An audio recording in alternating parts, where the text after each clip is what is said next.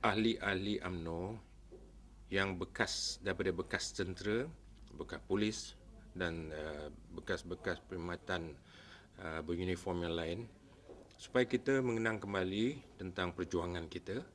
Perjuangan kita semasa berkhidmat dahulu adalah untuk negara, demi keselamatan dan kesejahteraan negara, dan buat masa ini kita mesti kekalkan semangat itu juga uh, untuk negara, bangsa dan agama, agar kita dapat menentukan kejayaan negara kita yang dicintai buat masa kini dan juga masa akan datang, buat selama-lamanya.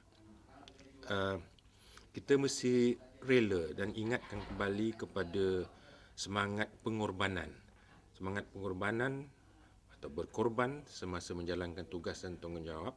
Dan buat saya, inilah semangat yang harus ada pada masa kini untuk menghadapi cabaran yang begitu getir dalam pilihan raya akan datang dan juga di masa-masa yang mendatang. Saya ingin juga mengingatkan atau menyeru bahawa sebagai satu pertubuhan dan ahli-ahli dalam pertubuhan UMNO, semua orang terlibat, semua ahli terlibat untuk melakukan perjuangan dan pengorbanan. Jika ada beberapa kelompok atau yang ada beberapa individu yang hanya duduk di tepi saja memandang, maka ini akan menjejas kelancaran dan keberkesanan perjuangan parti untuk meraih kejayaan di masa akan datang.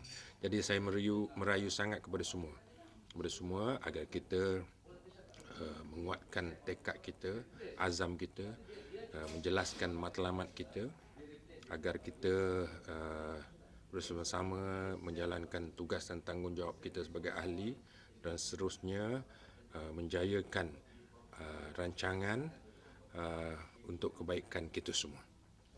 Satu Tan Sri, uh, sejak kebelakangan ini ada anggota baru beruniform bila habis perkhidmatan mereka menyokong Parti Membangkang. Jadi apa saran Tan Sri? Saya agak kecewa kepada beberapa ahli bekas anggota tentera ke, polis ke, atau mereka-mereka yang beruniform agak terbawa-bawa dan terikut-ikutlah kepada kumpulan daripada pihak pembangkang. Saya menyedari dan memahami masalah-masalah yang dihadapi oleh mereka, tetapi kita tidak harus mengatasi atau menangani masalah yang kita hadapi itu dengan melakukan penentangan daripada luar. Kalau kita nak lakukan, kita gunakan kesempatan dan peluang dan landasan yang sudah ada di dalam parti atau dalam UMNO yang begitu kuat dan BN yang begitu kuat untuk mengemukakan pandangan, kehendak dan kemahuan kita.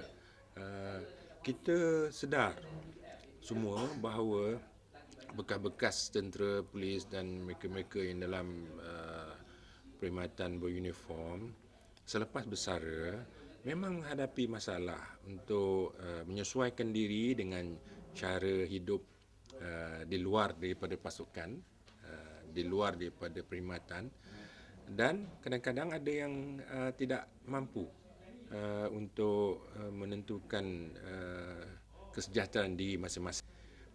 Itu memang kita akui dan saya rasa kerajaan pun juga mengakui dan itu sebabnya kerajaan membantu.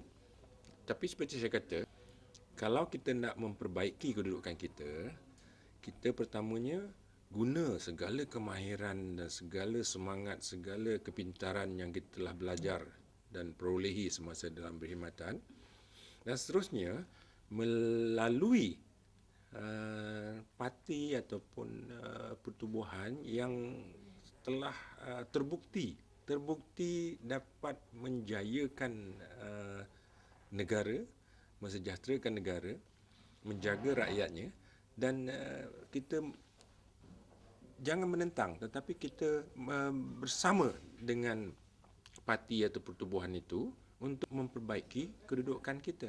Dan inilah yang rasa saya cara yang paling baik. Jadi pada saya sebagai seorang jeneral tentera, bekas jeneral tentera, berbaliklah kepada UMNO, baliklah kepada pertubuhan yang memang dapat membantu, berkebolehan membantu, dan jangan segan silu meluahkan perasaan dan masalah masing-masing, tetapi dengan cara berhemah, tertib dan berpatutan. Dan insya-Allah saya rasa ianya semua akan diambil perhatian dan seterusnya kita dapat membetulkan keadaan kita.